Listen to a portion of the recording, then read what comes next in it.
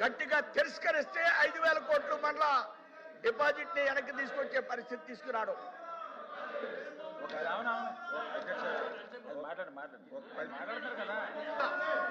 320 దేవస్థానాలని కూలగొట్టారు అధ్యక్ష.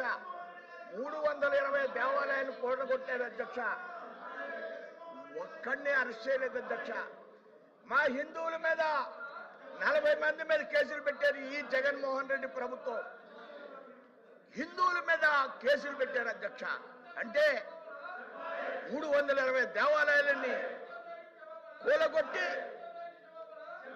ఒక్కళ్ళ మీద పిచ్చివాళ్ళ మీద కేసు పెడతానంటారు అధ్యక్ష. పిచ్చివాళ్ళ మీద కేసు పెడతానంటారు అధ్యక్ష. పిఠాపురంలో జరిగితే పిచ్చివాళ్ళ మీద కేసు పెడతానంటారు. హిందువుల యొక్క మనోభావాలను గుర్తించకుండా మీరు 320 రూపాయలకి నెయ్యి కొన్న సందర్భంలో ఈవేళ మీకు ఆయన అడుగుతాడు, ఏమండి లడ్డు ఎవరైనా బాగుందా అని అడిగారా, మీకేమైనా కంప్లైంట్ వచ్చిందా అని అడుగుతున్నాడు ఆయన. ప్రజలు కంప్లైంట్ చేయరు అధ్యక్ష. సైలెంట్ గా వెళ్ళి 11 సీట్లు ఇచ్చారు అధ్యక్ష. ఇవాళ 6-20 కానీ వ్యతిరేకించినట్లయితే కొన్ని డైరీలు కానీ ఇవాళ మాట్లాడినట్లయితే మీకు రాజకీయాల్లో కొనసాగేటువంటి నైతిక హక్కు లేకుండా చేసేటువంటి పరిస్థితి ఉత్పన్నం అవుతుంది. ఈ సభ ద్వారా నేను తెలియజేస్తున్నాను అధ్యక్ష.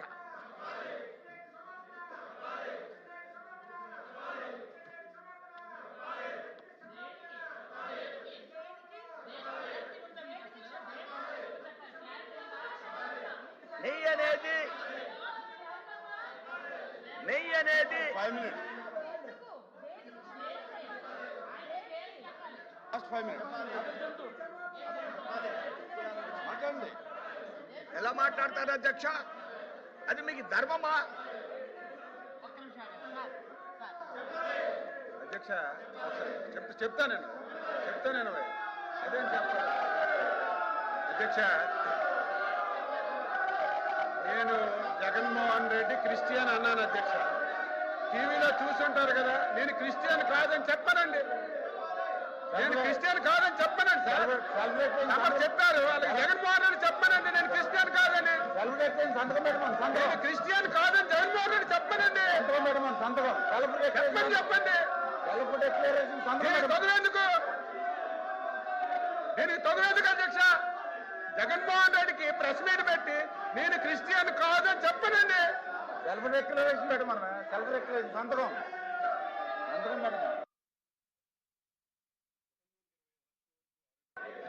మాజీ మంత్రి అయోధ్యకి లడ్డూలు పంపించారంటే ఆయన చెప్తారు అధ్యక్ష.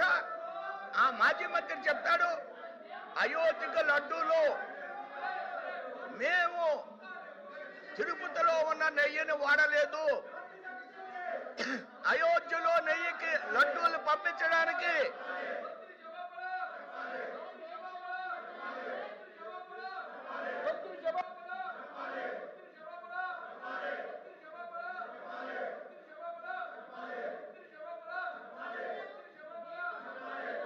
సార్ వాళ్ళ వినకుండా ఉండే నాటకాలు సార్ ఇవన్నీ కూడా మేము విన్నాం.